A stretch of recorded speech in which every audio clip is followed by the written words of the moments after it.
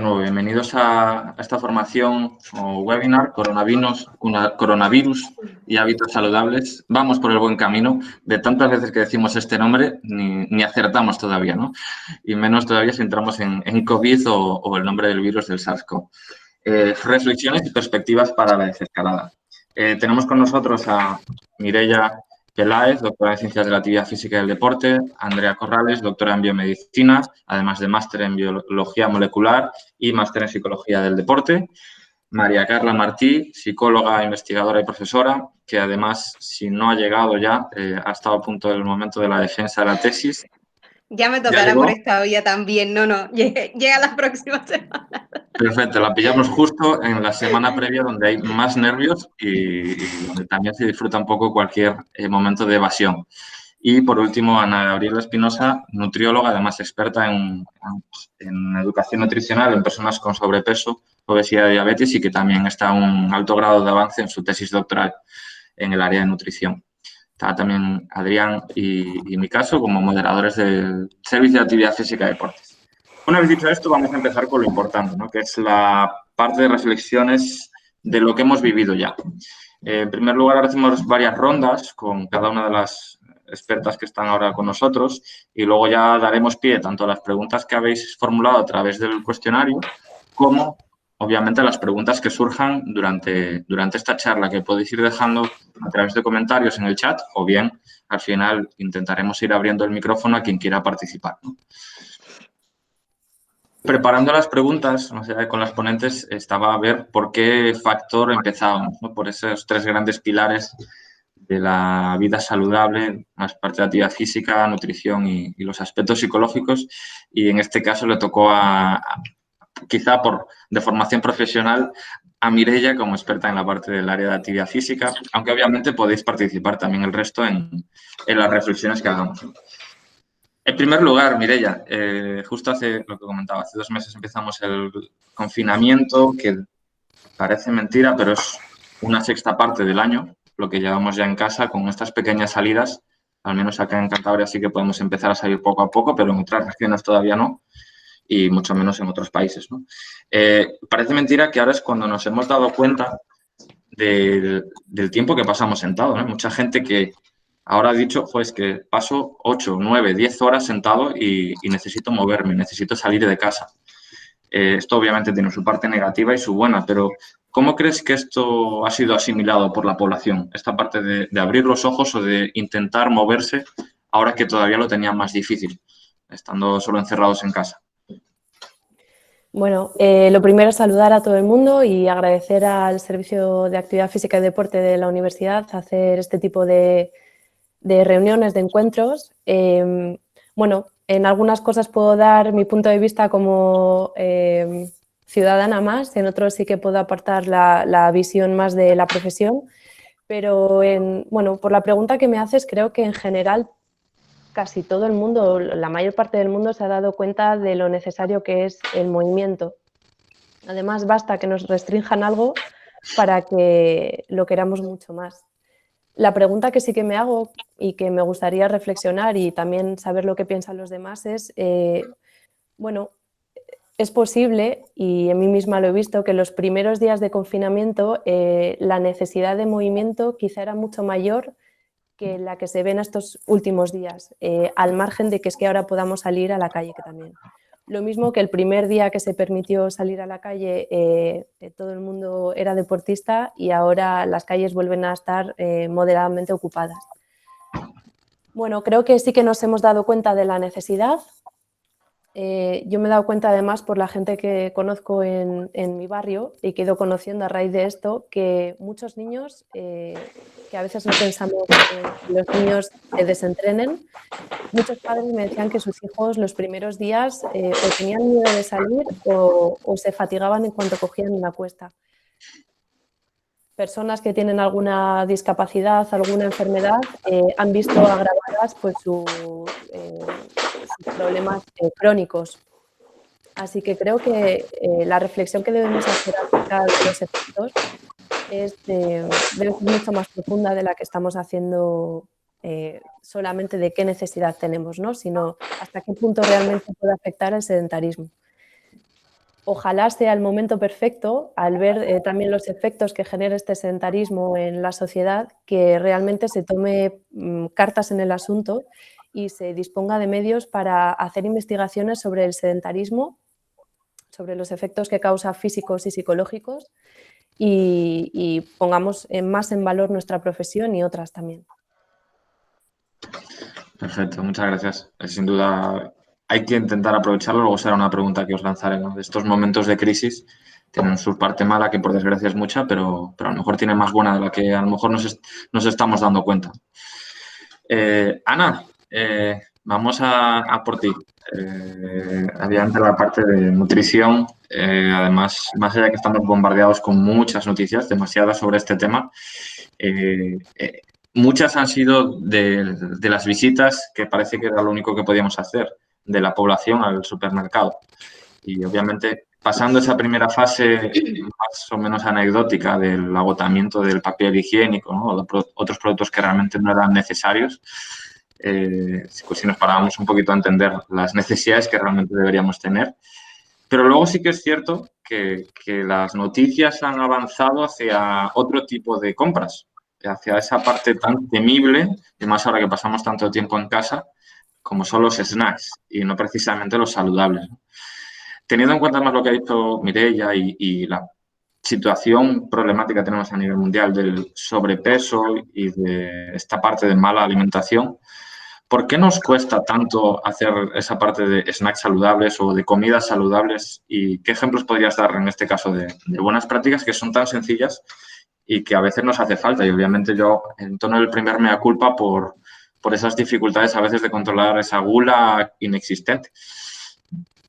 Ok, bueno, pues igual, hola a todos los asistentes y gracias por la invitación, y pues aquí lo que pretendemos es eso, ¿no? Dar orientación a todos ustedes para que mejoremos, ¿no? Estos hábitos. Sí, como bien dices, al principio de que empezamos esto, pues a todos nos tomó por sorpresa, y lo primero que vimos fue eso, ¿no? De que, bueno, vamos a tener que solo podemos ir a hacer la compra, y entonces todos caímos en la cuestión de pánico y empezar a vaciar, ¿no? Los supermercados, pero sí, desafortunadamente empezamos a ver que los primeros alimentos que se agotaban pues eran los alimentos ultraprocesados, ¿no? Aquellos con alta densidad calórica y que pues que no nos aportan pues nutrientes, ¿no? Empezamos a ver que patatas fritas, todo lo que contiene mayor cantidad de grasas, y bueno, eso fue lo que se acabó primero, y por un lado veíamos a las frutas y verduras y que nadie les hacía caso, ¿no? Entonces, conforme fueron pasando las semanas, pues obviamente surgimos, nos vemos forzados, ¿no? Empezamos también a ver esa parte como que de imitar. Vemos que esto es lo que se está llevando la gente, pues yo también lo meto al carrito sin saber por qué lo voy a consumir, ¿no? Entonces, los snacks, pues sí, vamos a optar por snacks que sean más saludables, y hay muchas opciones de qué snacks podemos consumir, y por eso yo en mi caso siempre les oriento de que planifiquemos nuestros menús. Si nosotros vamos a planificar nuestros menús, pues nosotros al momento de ir a hacer la compra ya tenemos un listado de cuáles son los alimentos que yo voy a consumir. Entonces voy a evitar comprar alimentos de más y que obviamente no van a ser necesarios, ¿no? Entonces esos en la saludables, pues bueno, pueden ser, por ejemplo, que yo consuma alimentos, pues obviamente ahorita que se acerca el verano vamos a encontrar mayor variedad en la cuestión de frutas, pues podemos optar por esas frutas, podemos comer también frutos secos, ¿no? No excedernos tampoco en la cantidad, pero sí hay bastantes opciones, ¿no? Entonces, la tentación de la nevera, pues bueno, incluir en esa nevera que sean alimentos sanos, porque si yo abro la nevera y encuentro alimentos que me van a aportar nutrientes, pues bueno, no voy a caer en la tentación de consumir alimentos que no me van a ayudar ni me van a beneficiar, ¿no? Tenemos un gran problema pues está viendo de la obesidad, y entonces, aunado a eso, si nosotros no consumimos alimentos saludables, pues va a incrementarse obviamente más. Entonces aquí sí es la recomendación que sí podemos hacer obviamente los snacks, pero que sí sean saludables. Podemos consumir alimentos sanos, más saludables, verduras, preciadas, picar zanahoria, utilizar de apio, y que eso obviamente son más sanos, nos aportan vitaminas, nos aportan nutrientes, y así evitamos obviamente estar consumiendo otro tipo de alimentos. Aquí lo importante es que planifiquemos nuestro menú, y en base a esto es lo que nosotros vamos a consumir, y nos va a ayudar de una forma mucho mejor. Qué bueno, y además ahora sí que no podemos decir la excusa de que no tenemos tiempo para planificar la compra, ¿no? Que creo que hay ciertas excusas que ahora ya en todos los sectores se nos han ido cayendo. y que obviamente saludable no está reñido con bueno y que esté rico, ¿no? Que a veces es lo que confundimos. Vamos allá con el tercer pilar, no por ello menos importante, y que quizás es el que menos se ha tocado tanto en esta cuarentena como obviamente en otras situaciones y etapas de la vida. El aspecto psicológico. Además, ahora vais a ver que Andrea y María Carla se complementan muy bien porque una abordará más desde la perspectiva psicoindividual y el caso de María Carla está más especializada en la parte de psicosocial. Entonces, casi va a ser la misma pregunta enfocada desde los dos ámbitos. Obviamente, en estos 2 meses de confinamiento hemos tenido muchos momentos buenos, malos, muchos emotivos, otros no tan positivos, pero creo que también es necesario que desde vuestra perspectiva profesional expliquéis por qué hay situaciones que hemos vivido y no entendemos muy bien, ¿no? Los efectos psicofisiológicos que ha generado el confinamiento a las personas y luego la otra parte, cómo nos puede afectar esto a nivel social. Antes comentábamos la parte del uso de redes sociales y herramientas de videoconferencia que ahora sí que las tenemos de mano, pero hay muchas cosas más allá, ¿no? Que nos han sucedido y que nos pueden suceder. Así que os toca. Os vais turnando ahí. No, yo creo que empieza tú, Andrea. ¿Sí? Usted adelante. Sí, sí. Vale. Bueno, muchas gracias de nuevo a Servicio de Deportes y a todos los asistentes. La verdad es que, bueno, pues lo que hemos vivido efectivamente es algo totalmente nuevo, algo que no se ha vivido nunca y entonces nos ha afectado a todos pues física y mentalmente de forma pues, diferente pero a la vez parecida, ¿no? Yo creo que todos empezamos la cuarentena, sobre todo yo recuerdo la primera y la segunda semana, con un nivel de activación abrumador, ¿no? Me parece que teníamos un nivel de energía y de excitación muy alto y claramente ahí se estaba viendo pues, lo que estaba ocurriendo fisiológicamente, ¿no? O sea, el sistema nervioso simpático dominando todas nuestras funciones y nosotros totalmente dominados por él, ¿no? Y así estuvimos como 1 o 2 semanas. Estábamos todo el rato haciendo retos, retándonos los unos a los otros, haciendo ejercicio, planteando un montón de actividades, no parábamos. Quizás luego notamos cómo al de ya 2 semanas empezamos a conectar quizás con una sensación diferente, ¿no? Quizás con más letargo, quizás las emociones empezaron a acercarse más a la tristeza, al enfado incluso también. Quizás ya no teníamos la misma motivación, ¿no? Es decir, que pasamos un poco de la superactivación a luego, pues cuando consumes todos los recursos y toda la energía, pues a estar más abajo.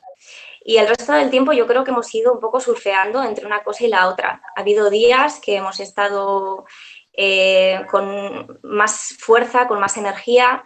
Ha habido otros que hemos estado más conectados con otras emociones, pero todas ellas yo creo que desde el punto de vista adaptativo y funcional han sido necesarias, ¿no? Al principio quizás esa activación que teníamos era esa lucha, ese sistema de alerta, de lucha-huida, que es como intentar solucionar algo. Y en el momento en el que nos damos cuenta de que no podemos solucionar nada, porque en realidad no está bajo nuestro control, es cuando quizás conectamos más con esas emociones de más hacia adentro, de enfadarte, de estar frustrado. Y además ahí empieza también a notarse un poco la falta del contacto físico al que estamos acostumbrados con la gente. Entonces, bueno, pues ha sido complicado para todos, obviamente, pero bueno, ahora mismo estamos en una fase de desescalada, ¿no? En la que de alguna forma estamos empezando a ver la luz, pero a la vez está ocurriendo otra cosa y es que quizás hay una sensación de alivio, pero que se mezcla también con otra sensación de miedo, de temor hacia el contagio, ¿no? Con esto lo que quiero decir es que seguimos súper activados. O sea, llevamos 2 meses en los que muy pocas veces hemos conectado con la tranquilidad. con ese parasimpático que tanto favorece la salud.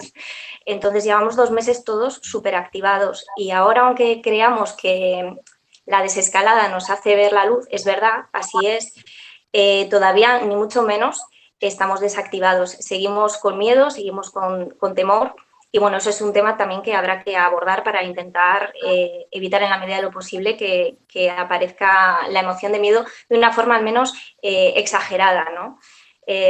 Sino que sea un respeto hacia la enfermedad, hacia el virus, pero que no se convierta en un miedo que nos paralice y que nos impida disfrutar de lo que la desescalada también nos permite de cara a la apertura al mundo. Qué bueno. Sí. Bueno, desde el punto de vista social, por supuesto, esta situación ha tenido un impacto sin precedentes. Se han vivido pandemias en la historia de la humanidad, pero no está registrado con total, digamos, precisión cuáles fueron las estrategias de afrontamiento en ese momento. Evidentemente, la historia no se puede construir teniendo en cuenta en qué momento fueron esas pandemias, ¿no? Y qué características tuvieron. Entonces, un poco, y pasa ahora un poco así, es decir, un poco las investigaciones que van a describir qué ocurrió exactamente desde el punto de vista psicosocial, qué nos ha ido ocurriendo, cuáles han sido las fases que hemos seguido, todavía son investigaciones que están por ocurrir, es decir, todavía lo estamos investigando, todavía se quedará por investigarse. Pero de manera general yo situaría 3 elementos muy importantes desde lo psicosocial. Lo primero es que yo creo que esta situación nos ha permitido tomar conciencia de la absoluta relevancia que tiene la cercanía social, que tiene el contacto social, que tiene el encuentro con otras personas. Andrea hablaba del contacto físico, de la necesidad del contacto físico. Entonces luego podemos incluso hablar un poquito de esa diferencia entre lo que sería la distancia social y la distancia física. Es que los seres humanos somos seres sociales y necesitamos al otro. Necesitamos al otro para convertirnos en lo que vamos a ser, para aprender a ser uno mismo, necesitamos al otro, para construir nuestra identidad necesitamos al otro, para construir nuestras expectativas necesitamos al otro, para construir nuestros ideales necesitamos al otro, para construir incluso nuestras estrategias de afrontamiento, es decir, cómo nos vamos a enfrentar a determinadas situaciones de la vida cotidiana. Nosotros tomamos como referencia al otro, qué vemos en nuestros amigos, qué vemos, qué nos cuentan nuestros padres, qué fueron sus experiencias en un momento determinado, qué vemos que han hecho nuestros hermanos, qué vemos que hacen otras personas que podemos tener como ideales, ¿no? Personas, digamos, de un cierto reconocimiento social que pueden estar más presentes desde el punto de vista mediático. Entonces, necesitamos al otro, totalmente. Y eso yo creo que siempre se decía, esta situación nos ha permitido tomar conciencia de eso. Y uno de los indicadores clave es un poco lo que hablábamos al inicio, o sea, cómo de pronto han surgido tantas herramientas para contactar, para estar juntos, para sentirnos juntos, para seguir sintiendo que formamos parte de grupos. Entonces, de pronto, quedan las personas para tomar algo y lo vemos constantemente en las redes. Se tendrá que hacer un análisis profundo de las redes sociales y de los lenguajes, nuevos lenguajes que han aparecido en las redes, de qué ha querido, qué han portavoceado todos esos retos que han aparecido, qué nos quieren decir, que necesitamos estar juntos, que necesitamos hacer cosas juntos, que necesitamos ver cómo lo que hago yo es capaz de hacerlo otra persona, que necesito sentir que hay otros que estamos tonteando juntos en lo mismo para sentirnos más cerca, ¿no? Entonces eso creo que es un análisis interesantísimo que habrá que hacerse. Entonces eso sería un elemento interesante, tomar conciencia de la importancia de la cercanía social y del contacto social. Otro elemento que a mí me parece que ha sido muy interesante es cómo hemos reinventado las plataformas de contacto social, justo a partir de lo que yo decía, ¿no? Cómo hemos reinventado la forma de contactar con la gente. Y no solo en el sentido de si nos vemos en Zoom o si nos vemos, mira, en Google Meet o si nos vemos con cualquier otra plataforma, sino también, y esto ha sido muy interesante, qué recursos encontramos, qué recursos podemos desarrollar para encontrarlos. Y por ahí vemos a los artistas que hacen conciertos para encontrarse con su público, para sentir que de alguna forma siguen cerca de su público y para contribuir desde lo que es el arte, esa posibilidad que nos brinda el arte y que teníamos también muy desestimada en muchos sentidos. Entonces, esa posibilidad que nos brinda el arte también para sentirnos bien, para nuestro bienestar psicosocial. Lo vemos en cómo todo el mundo ha dado un poquito, ha empezado, y eso desde esa activación que se veía en esos primeros momentos, cómo todo el mundo empezaba a buscar qué herramientas y qué recursos tenía para ofrecer a los demás. Eso es una forma de acercarnos y de reinventar relaciones sociales, ¿no? ¿Qué yo puedo ofrecer en esta situación? ¿Puedo ofrecer consejo psicológico? ¿Puedo ofrecer todo lo que habéis hecho en servicio de actividad física y deportes? Que tengo que decir que yo he sido usuaria vehemente de todos esos de todos esos directos, no en el momento del directo, porque la dinámica familiar no me lo permite, pero bueno, he sido usuaria de todas esas actividades, de todas esas cosas esas acciones que habéis desarrollado. Entonces a mí me parece que esto ha sido algo en lo que nos ha llamado la atención y nos ha puesto a reflexionar mucho esta situación de confinamiento.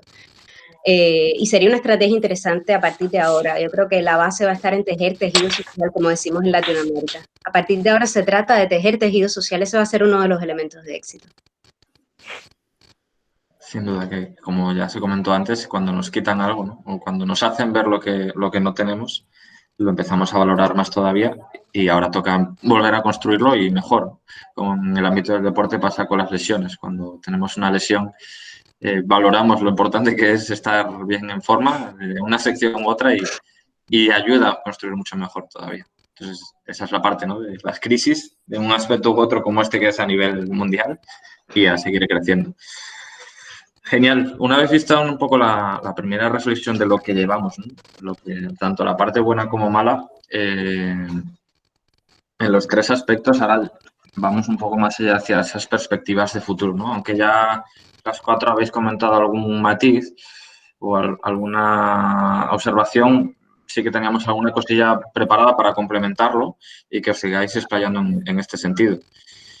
En la segunda ronda, una vez analizado todo esto, ¿no?, y dar el paso adelante de lo que nos espera, una vez que salgamos de esta, en mayor o menor medida, antes o después, incluso como ya comentamos, hay gente que está conectada que es del otro lado del charco y allí pues está en otra fase totalmente, ¿no? Entonces, ya no solo dentro de España, de la comunidad, sino esa perspectiva que a algunos todavía les falta unas cuantas semanas, por desgracia, para salir adelante a nivel de salir de casa. Mireia, antes comentábamos un poco la necesidad de ahora de, primero, que se vuelva a valorar de verdad la actividad física o no de nuevo, sino por primera vez, que hay mucha gente que se ha dado cuenta que se han inventado, más allá de los retos que hemos intentado acercar a la sociedad desde el Servicio de Actividad Física y Deportes y tantas otras redes sociales y tantas otras personas. Y que hay gente que ahora ha dicho, pues voy a hacer una pausa activa, ¿no? Cuando antes no sabían ni lo que era o llevo 2 horas sentado delante, me voy a levantar, aunque sea ir a la cocina.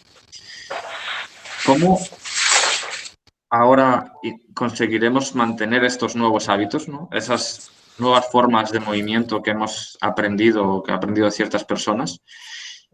Y también algo que nos debe empezar a preocupar. La gente ha salido a la calle en algunas fases a hacer deporte.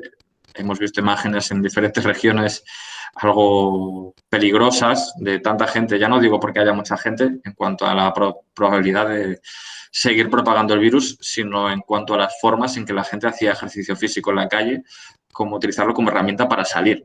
Y quizá no había tanta gente preparada para hacer ese tipo de ejercicio físico. Por un lado, ¿cómo mantener esos hábitos de actividad física, ¿no? Nosotros que tanto lo promovemos, esa dualidad, por una parte moverte lo máximo que puedas durante el día, y cómo integrar a partir de ahora los hábitos de ejercicio físico y de entrenar, obviamente, a poder ser gracias a personal cualificado. No es mala la pregunta, ¿eh? No es mala. La verdad que bueno, son reflexiones muy, muy interesantes y que debemos hacernos. La verdad que me gustaría igual contestar desde 2 puntos de vista distintos, desde el punto de vista del individuo y desde el punto de vista nuestro como profesionales. Entonces, lo primero como individuos, bueno, deberíamos darnos cuenta de que cuando hablamos de deporte o de movimiento o de ejercicio, quizá tengamos que entender como dos partes diferenciadas.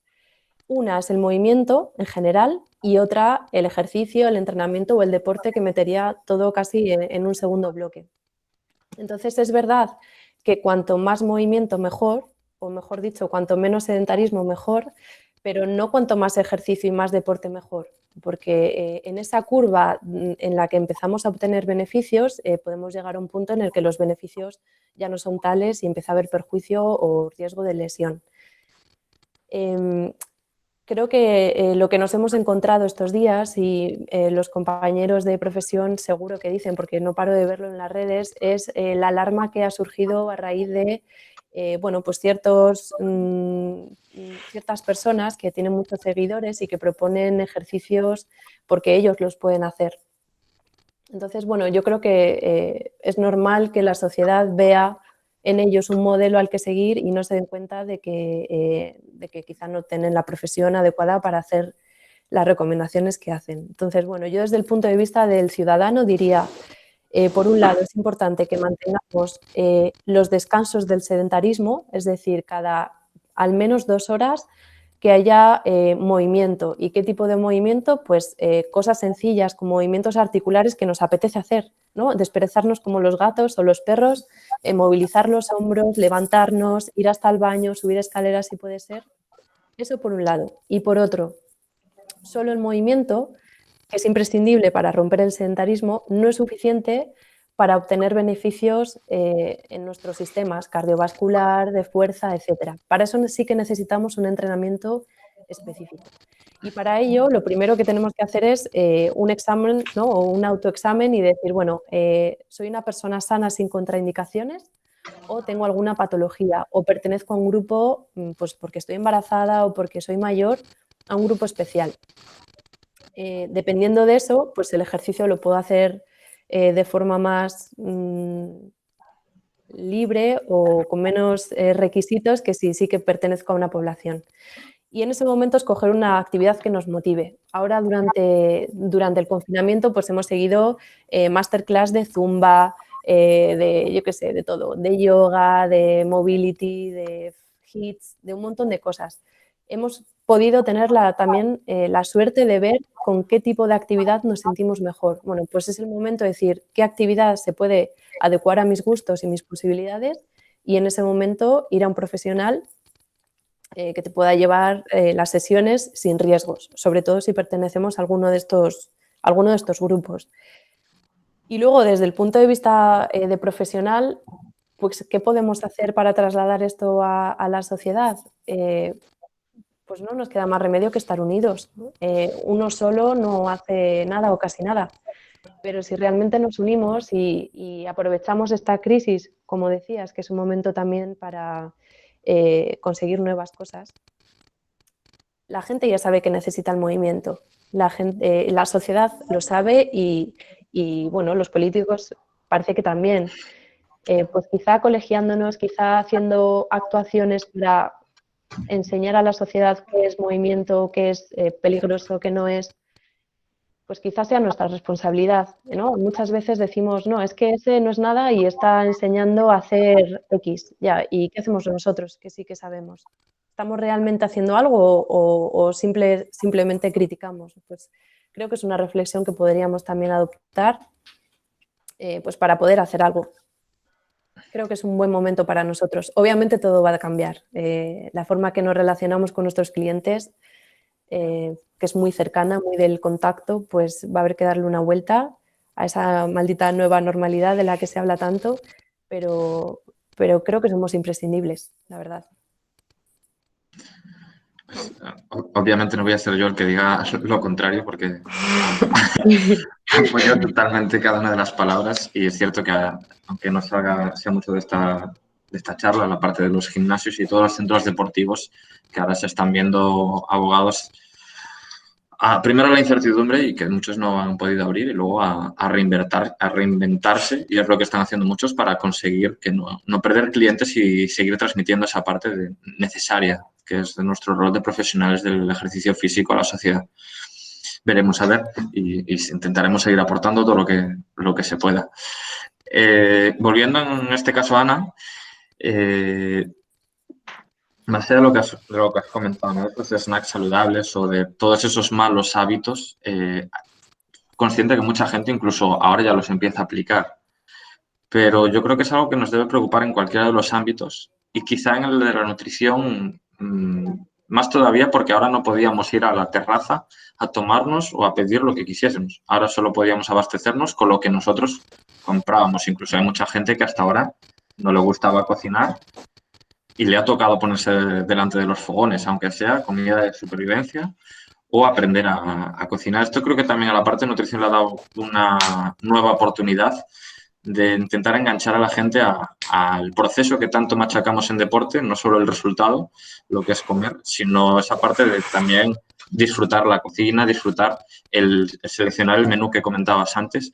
¿Cómo podemos, lo mismo que comentaba Mireia, cómo podemos ahora enganchar a esa población, a los que nos escuchan y a la gente que nos escuche más tarde, para afianzar eso, que tan difícil no será antes y que quizá ahora es el momento de apuntalarlo? Sí, mira, yo creo que, como tienes razón, ahorita, bajo este confinamiento, pues el estar encerrados en casa, pues permitió, ¿no? Tener un poquito más de tiempo de preparar los alimentos, de comer, ¿no? Más tranquilamente, ya no se come en oficinas, ¿no? Que en la oficina pues siempre se come en un tupper, siempre contrarreloj. Entonces ahorita hubo como que ese espacio de poder a la alimentación. Así es que empezaron a cuidar y empezaron a mejorar tus hábitos de alimentación, pues que este hábito que ya tuvieron ahorita, pues, cuando volvamos a la normalidad, pues continúe así.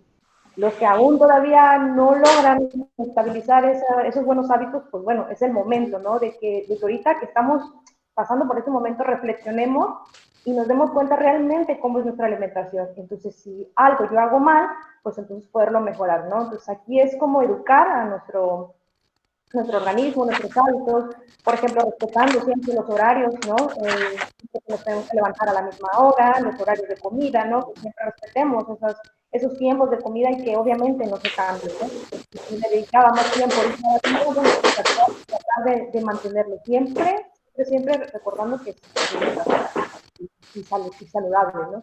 Entonces, ahorita que vamos a volver que bueno, que ahorita que ya se puede salir, que podemos ir a una terraza, pues bueno, voy a ir a una terraza, pero pues siempre tratando de consumir lo más sano posible, ¿no? Podemos optar por opciones, por ejemplo, podemos tomarnos, no sé, un agua mineral con una rodaja de limón y eso que es refrescante. Ahorita que viene el verano, que las temperaturas tenemos que también mantenernos hidratados, ¿no?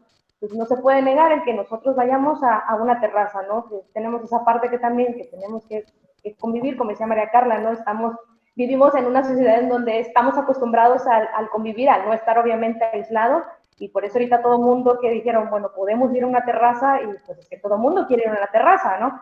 Pero sí, si vamos a ir, pues bueno, tratar de cuidar también esa alimentación. Podemos optar por snacks saludables también, las aceitunas que nunca faltan en una terraza, ¿no? Optar por bebidas más que no tengan azúcares añadidos, ¿no? Evitar los refrescos azucarados, y podemos también optar por opciones más sanas, ¿no? Podemos pedir, por ejemplo, frutos secos. Igual ahorita que como yo les decía que se da más la variedad de frutas y verduras, pues bueno, igual podemos pedir fruta picada, ¿no? Y a la par estamos conviviendo sin descuidar, obviamente, esa alimentación. Lo que recomiendo es que si ahorita tuvimos esos hábitos, yo por ejemplo observaba que cuando iba al súper, empecé a observar que como obviamente nos pidieron que solo una persona podía ir a hacer la compra, pues obviamente uno se encargaba de que les daban la lista y iban al súper, ¿no? Entonces yo empecé a observar que toda la gente con su lista iba marcando qué alimentos iba a comprar. Entonces, que no se pierda ese hábito, que planifiquemos nuestro menú, que hagamos nuestra lista y al momento de que vayamos al súper, pues compremos nada más los alimentos. Siempre y cuando que en esa lista estén alimentos saludables, no voy a ser todos por los alimentos que son con densidad calórica y ultraprocesados, ¿no? Entonces, que no se pierdan esos hábitos que ahorita empezamos a adquirir, ¿no? Y eso va a hacer que también tengamos buenos hábitos saludables, ¿no? Ya sabemos que estamos expuestos a muchos virus, a muchas enfermedades, pero si nosotros nos alimentamos sanamente, pues vamos a ser un poquito más resistentes ante esas enfermedades. Genial. Sin duda, esa parte de controlar esas tentaciones que tenemos en la calle y que, bueno, que además, aunque ahí lo hagamos, aunque no se deba, luego tenemos el resto del día, ¿no? Que hay muchas comidas que llevamos a cabo el resto del día y que ahora parece que empezamos a darnos cuenta. Pasando al tercer pilar, Andrea y María Carla. Perdonadme que os trate como tándem, pero creo que al final no lo habíamos pensado así en un inicio y al final creo que va a quedar muy bien esa doble perspectiva. Es imposible separar lo individual de lo social, es imposible. Tal cual. Antes lo comentasteis un poquito por encima, ¿no? Esa parte de ahora llegamos a poder salir a la calle. En algunas situaciones, en algunas comunidades ya ha llegado el momento, en otras estará a punto y al final, eso sí, si todavía tenemos esa parte de responsabilidad individual y social, a todo el mundo le llegará y esto lo conseguiremos vencer. Pero es cierto que ahora puede llegarnos ese momento de miedo al contagio, antes comentabais ambas, y de cómo diferenciar o cómo controlar esa parte de distancia social y distancia física. Por un lado, Andrea, la parte del miedo al contagio, cómo afrontarlo desde la perspectiva individual y no movernos mirando a cada una de las esquinas, ¿no? A ver si el virus está detrás de una esquina, como dice mi sobrina, y intentar convivir con ello y luego la parte del distanciamiento social sin descuidar ese círculo de la necesidad que tenemos de socializar. Sí, bueno, el miedo es normal ahora mismo. El hecho de que tengamos miedo no deja de ser una emoción que también nos permite protegernos y sobrevivir, ¿no? Pero sí que es verdad que creo que ese miedo es necesario convertirlo en una forma de respeto hacia el virus y la enfermedad, en tanto y cuando que tenemos que atender a las autoridades sanitarias, lo que nos dicen ellos es lo que tenemos que hacer. Es decir, un punto importante es informarnos adecuadamente, utilizar las fuentes que tenemos que utilizar, es decir, podemos leer documentos de la OMS, documentos que los expertos en sanidad están escribiendo, detallando los avances sobre la enfermedad, sobre las características del virus, sobre la familia, ¿no? a la que pertenece este virus, porque no se sabe tanto sobre este virus en concreto, se va sabiendo día a día, pero bueno, pues conocemos también otros virus de la misma familia que nos da un poco también de idea de cómo va a funcionar este virus, ¿no? Pero lo que tenemos que hacer es tener una buena información. Cuando estamos bien informados, también perdemos miedo, porque tenemos información veraz. Y luego, una vez ya que hemos dado ese paso de informarnos adecuadamente, pues tenemos que atender a lo que nos dicen las autoridades de protegernos y de guardar la distancia de seguridad.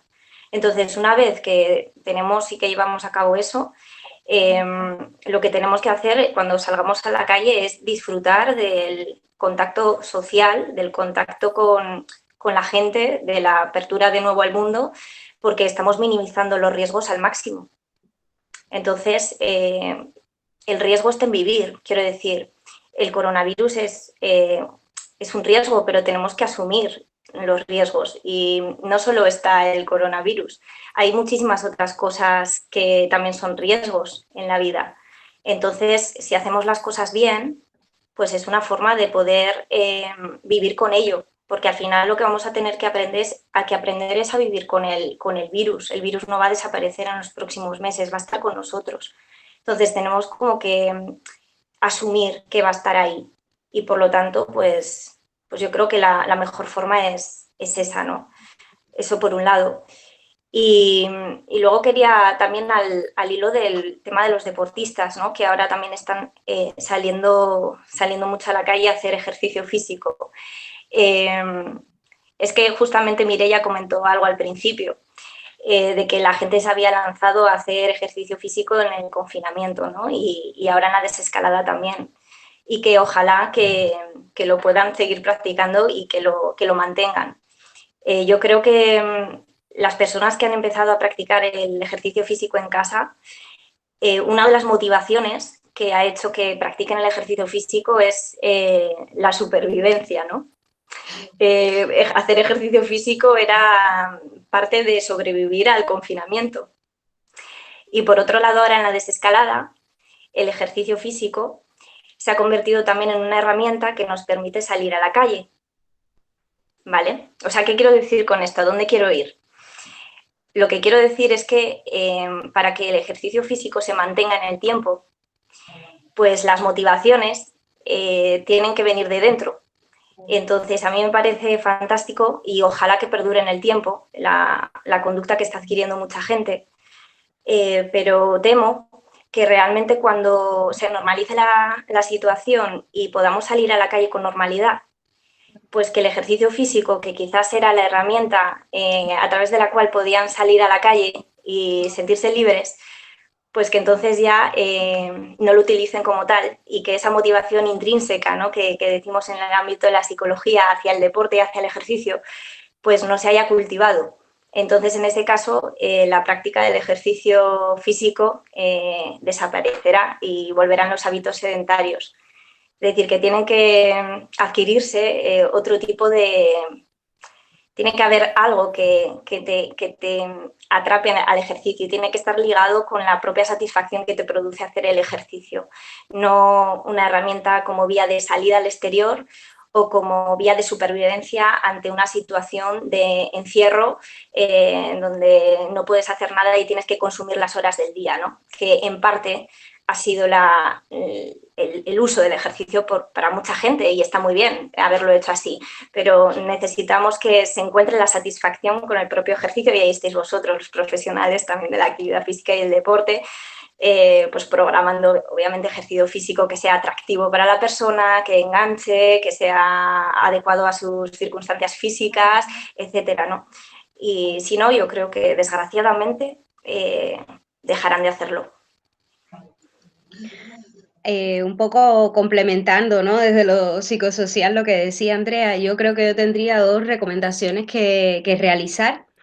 Y la primera es que no podemos de ninguna manera mantener la distancia, o sea, dejar de mantener la distancia social. A ver cómo lo digo. No hay que mantener la distancia social, cero distancia social. O sea, quiero decir, hay que estar muy cerca, mucho acercamiento social. ¿Por qué lo digo? Ha habido esto a mí me parece súper importante. El lenguaje construye realidad. ¿Sí? La forma en la que nos expresamos acerca de las cosas, lo que decimos acerca de las cosas, construye también pensamiento y construye la forma en la que nosotros nos proyectamos en determinadas situaciones y en determinadas circunstancias.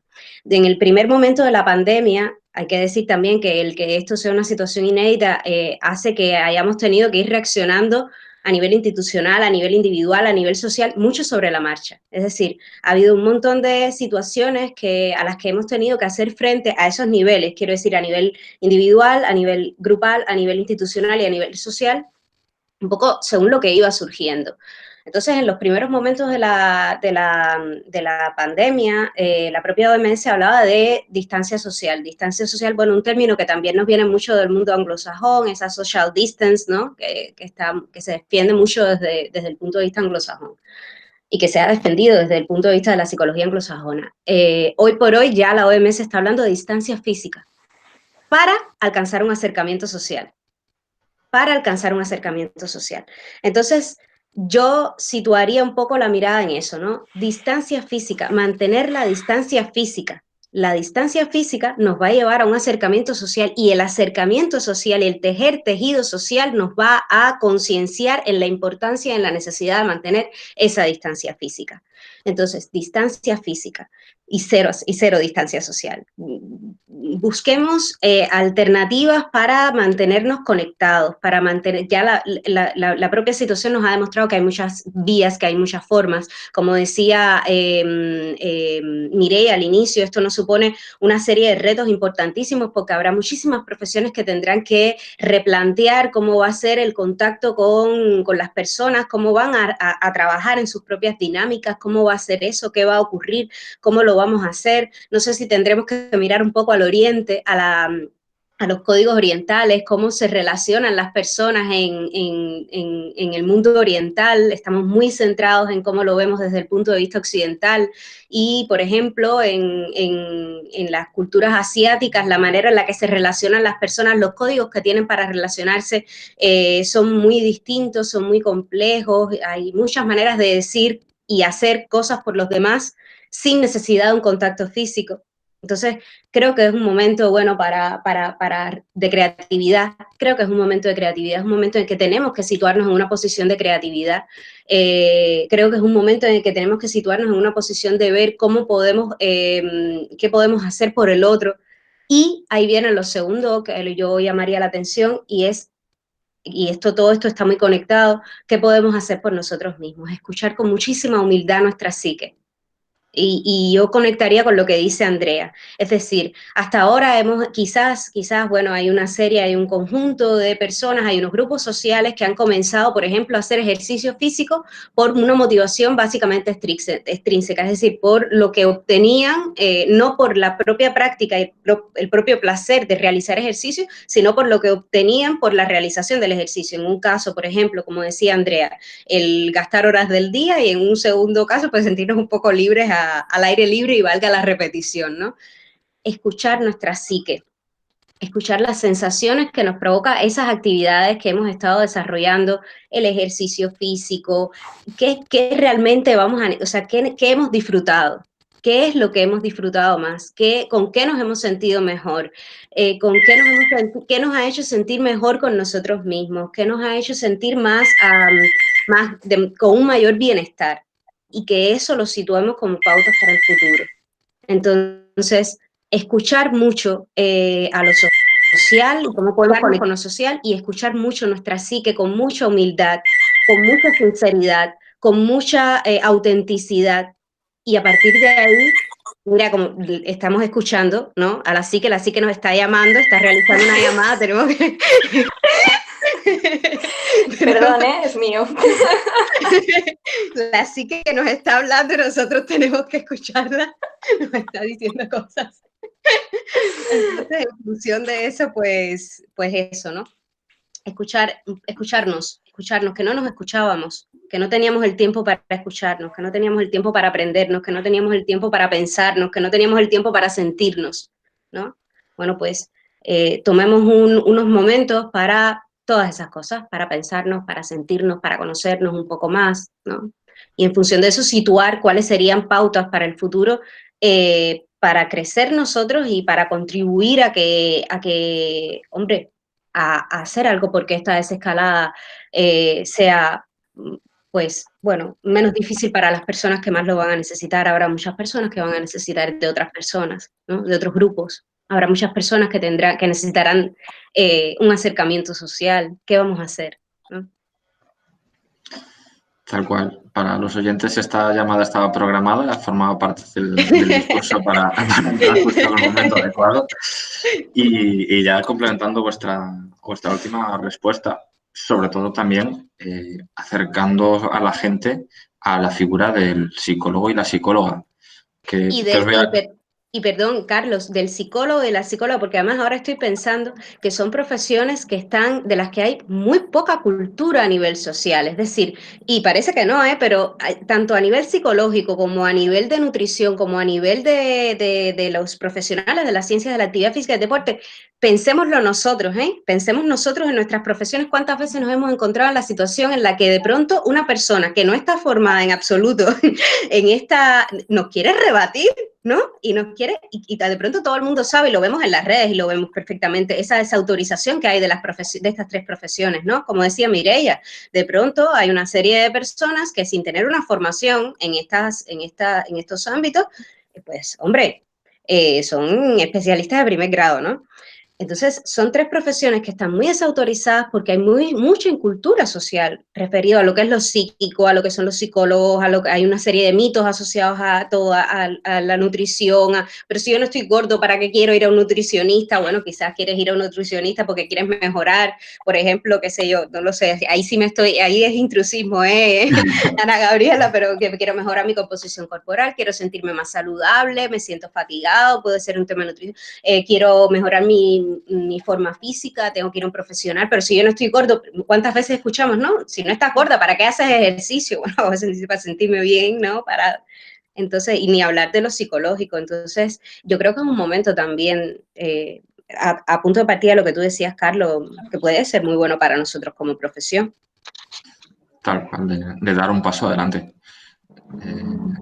Y aprovechando esta expresión, una vez finalizadas un poco las preguntas que teníamos más pensadas en los 3 pilares, ahora doy paso y para que empiece a liderar ahora esta parte de preguntas que los oyentes habían preparado y enviado por el cuestionario, para que Adrián me complemente y las vaya lanzando a las ponentes.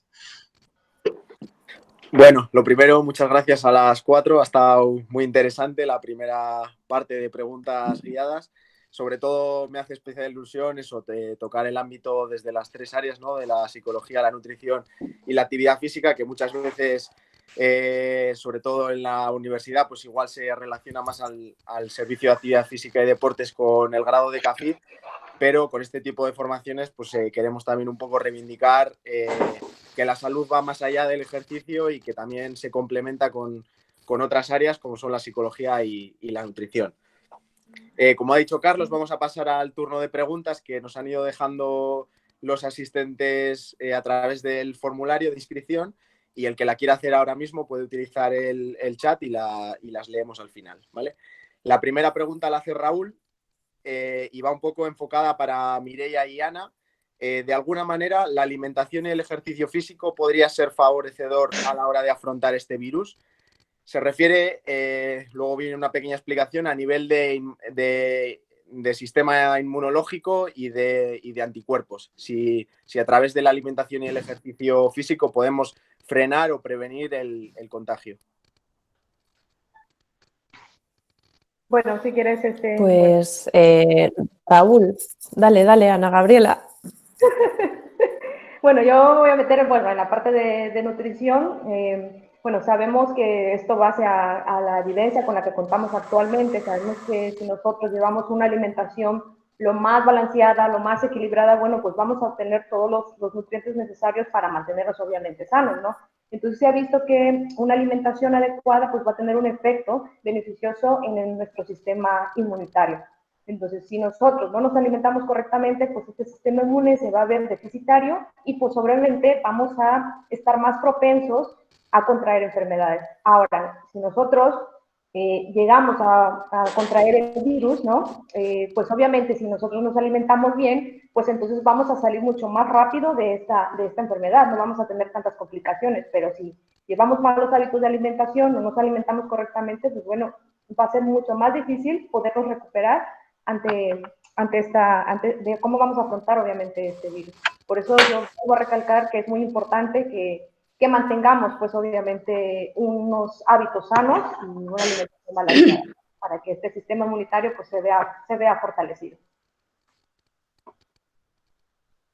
Mire.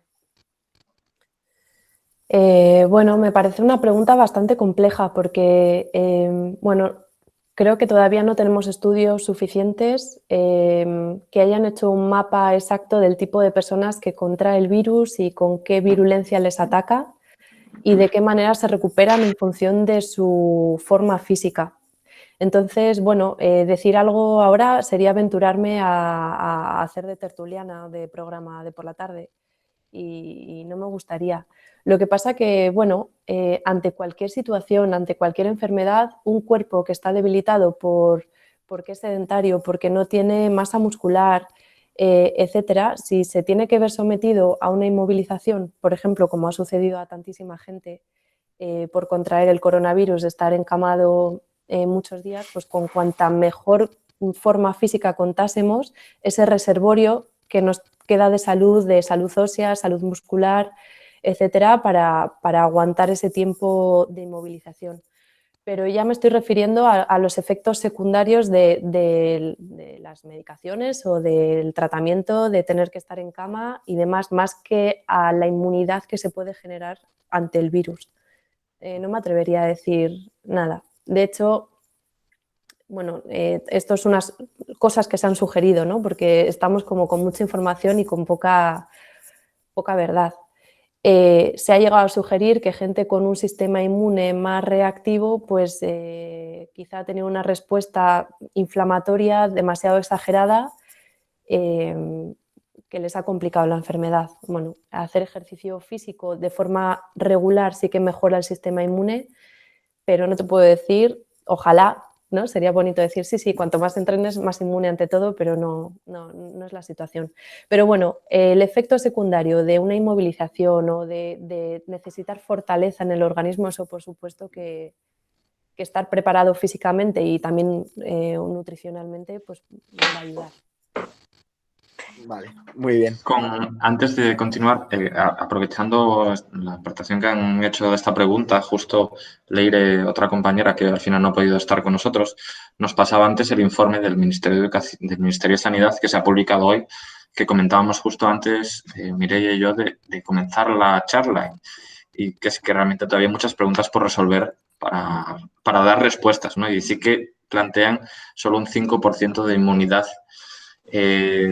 adquirida por supuestamente esas personas que están o que se han visto expuestas al virus, pero ni siquiera habla de carga vírica, ni siquiera habla de si esas personas que forman parte de las 60.000 personas que han sido analizadas y qué porcentaje habían sido infectados, qué porcentaje no, cómo era ese mapa, porque es una situación muy compleja.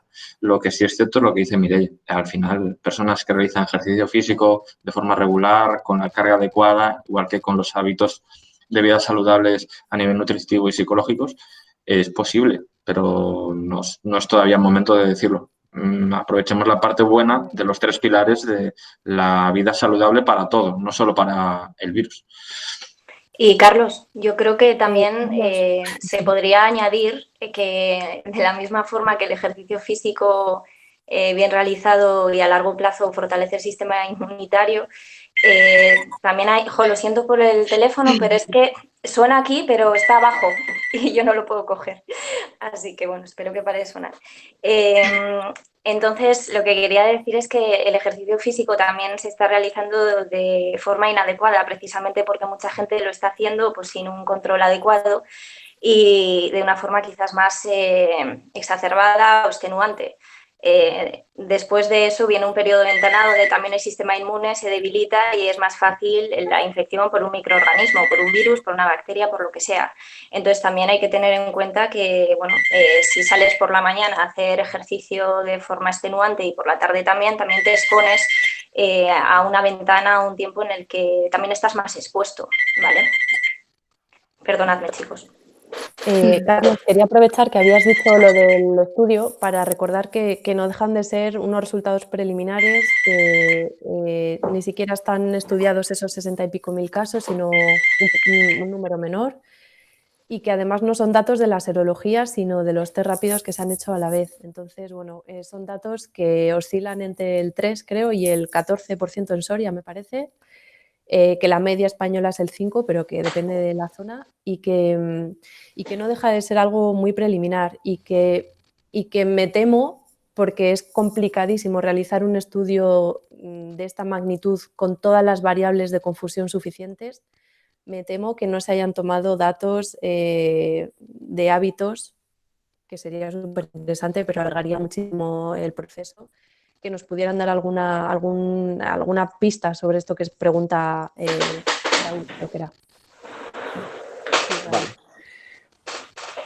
Bueno, muchas gracias a las 3 que habéis participado. Vamos con la segunda pregunta. Andrea, silénciate. Sí. Es que no puedo hacer nada. Estoy mirando. Toca la pantalla y puedes silenciarte.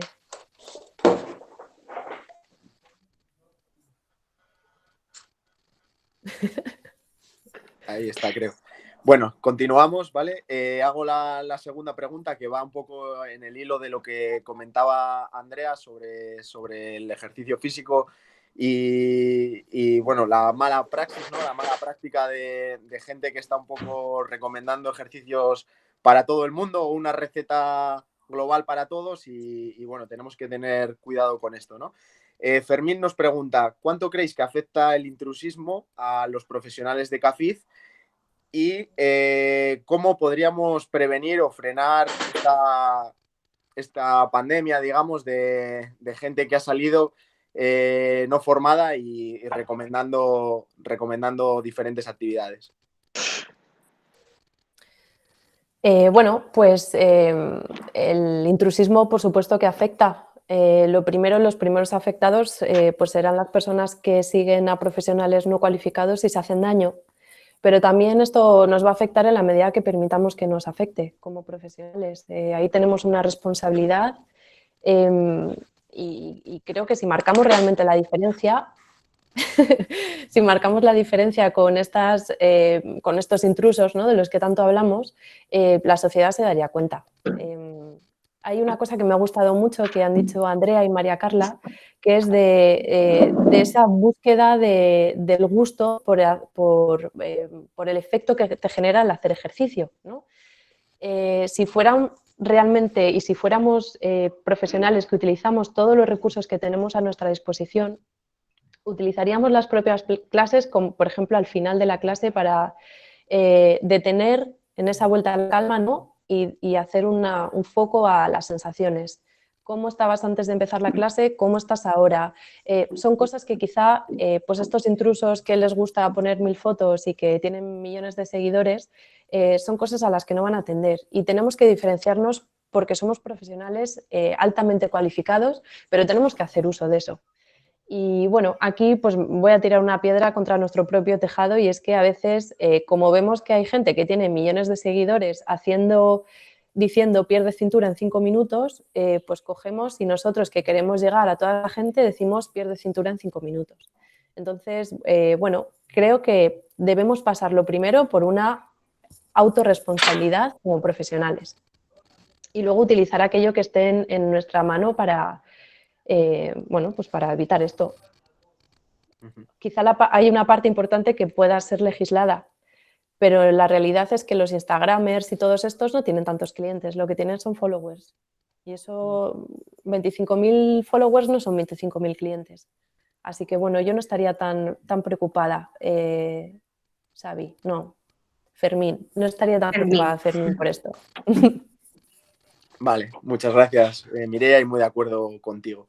La tercera pregunta la hace Eduardo y va un poco más hacia María Carla y Andrea desde el punto de vista psicológico.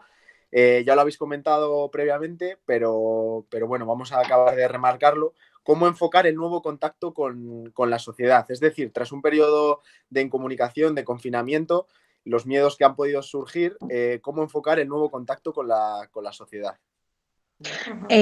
Sí, yo ahí, Adrián, desde lo específicamente psicosocial, yo daría 3 pautas, además de lo que ya hemos dicho, ¿no? Además de lo que ya he comentado, 3 pautas que pueden ser interesantes. De hecho, hoy por hoy se está hablando y aparece por ahí el llamado síndrome de la cabaña, después de tantos días de confinamiento. Entonces, como un poco hace referencia a esa ansiedad, ¿no?, por afrontar de nuevo, por exponernos de nuevo a determinadas situaciones sociales. Sobre todo puede estar muy presente en personas que hayan vivido el confinamiento en soledad física, ¿no?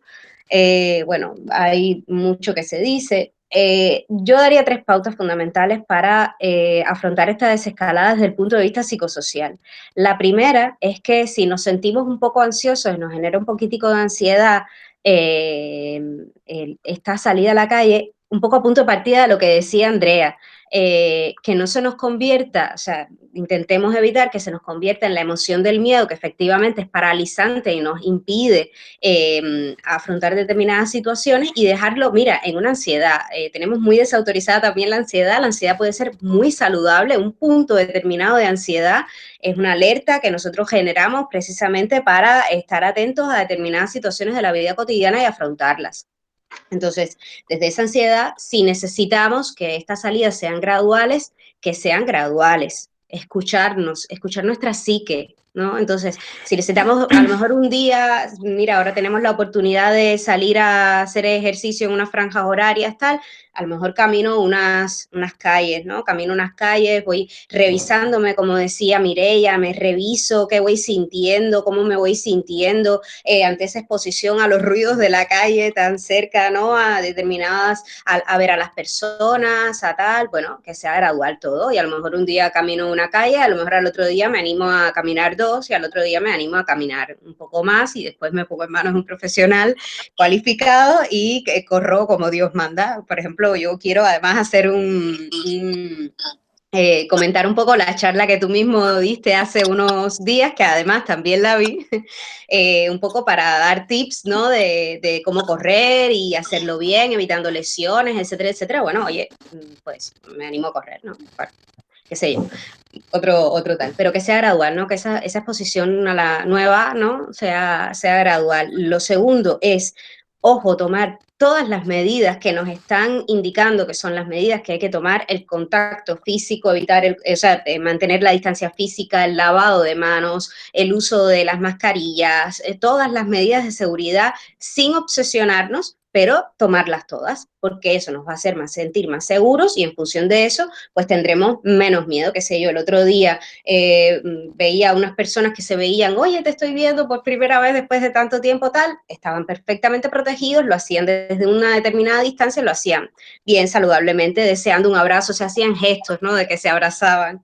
Y bueno, tomar las medidas nos da seguridad y nos permite afrontarlo de una manera pues más saludable y mejor. Y un poco, esos serían los dos elementos que yo compartiría, además de escuchar, ¿no? Del tema de la escucha que ya había comentado, desde lo psicosocial. Sí, yo, bueno, pienso exactamente igual que tú, lo que has comentado, María Carla, lo reafirmo.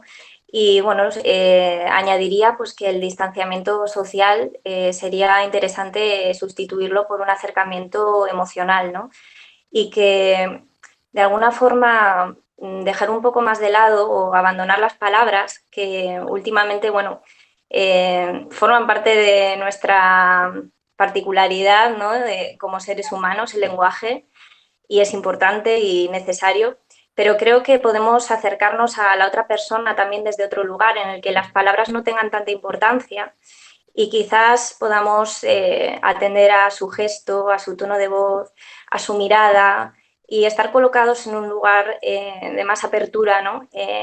Para poder entrar en su sentir y que él pueda entrar en el tuyo. Entonces, también una de las sugerencias sería dejar un poco la palabra y conectar desde otro lugar con la otra persona, porque a veces hay mucha verborrea en los últimos tiempos y creo que necesitamos una forma de comunicación más profunda y más primitiva. Sí, complementando eso que decía Andrea, que efectivamente, o sea, eso llamo yo un poco ese punto de creatividad, situarnos en un punto de creatividad, ¿no? Cómo vamos a afrontar esta nueva realidad, cómo nos vamos a replantear las situaciones. Las palabras, el lenguaje verbal es solo una de las formas de lenguaje que tenemos los seres humanos. O sea, en el lenguaje no verbal tenemos una complejidad amplísima y tenemos una manera de conectar con el otro impresionante. Y efectivamente, como ella decía, veníamos de una escalada en la que estábamos poniendo mucho la mirada en lo verbal, solamente en lo verbal, y no atendíamos al otro.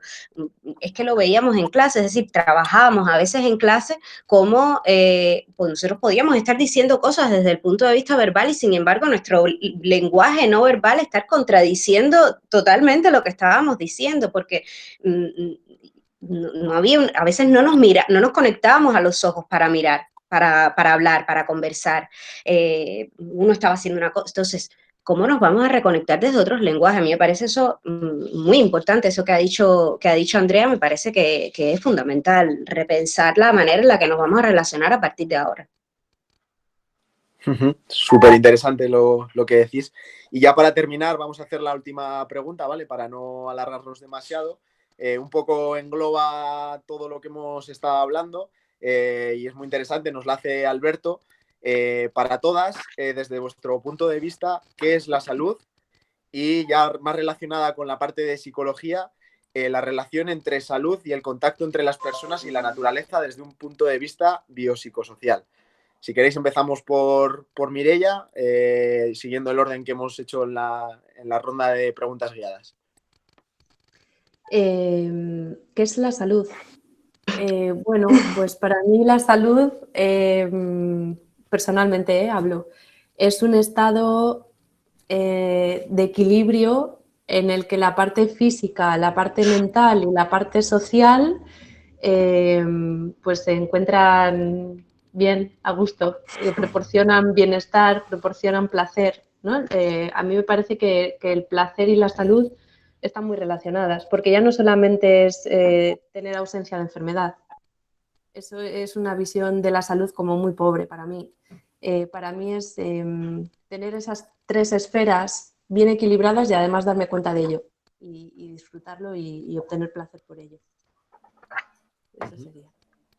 Bueno, pues en mi caso personal, pues bueno, la salud yo también la visualizo así como sentirme bien, tanto física y emocionalmente, ¿no? Y que obviamente uno se conoce y que el cuerpo pues esté uno bien, que yo me sienta agradable ante lo que estoy y pues obviamente para mí eso es estar bien conmigo misma, ¿no? Que como decía Mireia, ¿no? Más que nada es el equilibrio que tenemos tanto de mente como de físicamente y obviamente también incluyendo ahí la parte de la alimentación, ¿no? Entonces para mí ese es el estado de salud.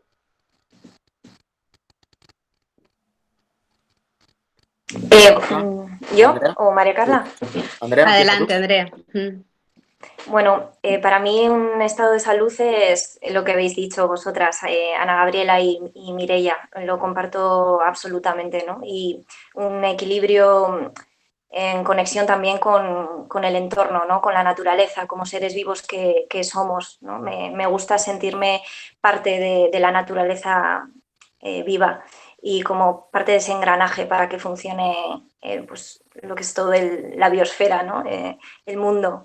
Entonces, bueno, yo creo que también esto que nos está ocurriendo nos está conectando más a esa tierra, a ese universo, ¿no? Y entonces para mí la salud ahora adquiere como, no sé, es como un constructo más grande, ¿no? Más global, no sé si me explico, de lo individual a la conexión con todo lo demás, ese equilibrio, esa homeostasis, ¿no? Esa palabra que uso tanto con los alumnos.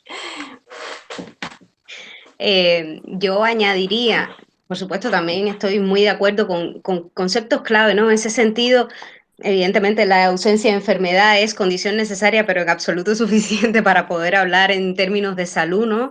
Esa noción de bienestar, esa noción de equilibrio, esa noción de conexión, para mí son como 3 pilares fundamentales de la salud. Hombre, de salud podríamos empezar a hablar desde aquí hasta mañana, ¿no? Y podríamos ver diferentes conceptos y tal.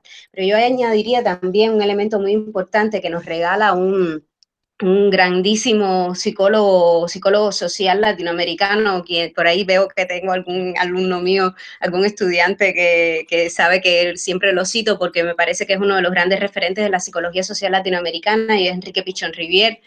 Y él hablaba y él decía que cuando dialogaba fue una persona que problematizó mucho el concepto de salud. O sea, toda su obra fue a partir de problematizar, interpelar, cuestionar, preguntarle 1000 veces al concepto de salud quién era él, ¿no?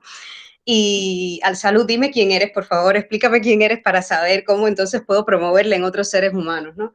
Y él decía que también había una noción muy importante que había que trabajar y era la adaptación activa a la realidad.